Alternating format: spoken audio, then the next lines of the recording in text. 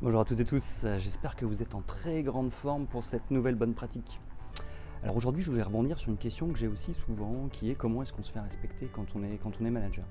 Et je voudrais vous livrer une clé.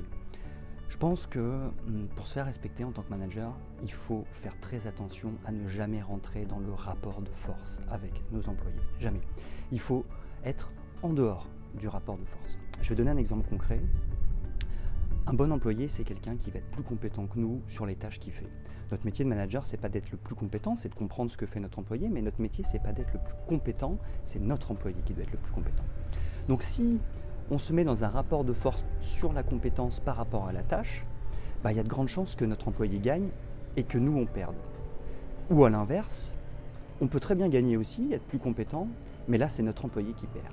Et à partir du moment où il y a quelqu'un qui perd, on va instaurer une sorte de compétition, une sorte de rapport de force qui va être très mauvais dans la relation qu'on va entretenir avec l'autre.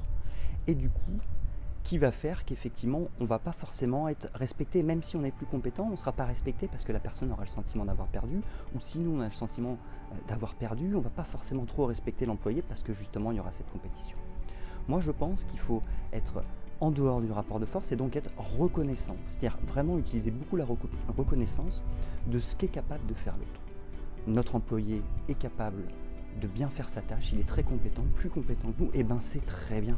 Si on veut se faire respecter, respectons la compétence de notre employé, sortons du rapport de force et soyons nous-mêmes dans le respect pour obtenir le respect. Finalement, le respect, il se fait assez naturellement. Il est très simple, c'est envoyons du respect, donnons du respect et nous en aurons en retour. Si nous donnons du rapport de force, nous aurons du rapport de force en retour et du coup, nous aurons des difficultés managériales avec nos équipes. Voilà, j'espère que cette bonne pratique du jour vous a été utile et je vous donne rendez-vous dès demain pour une nouvelle bonne pratique.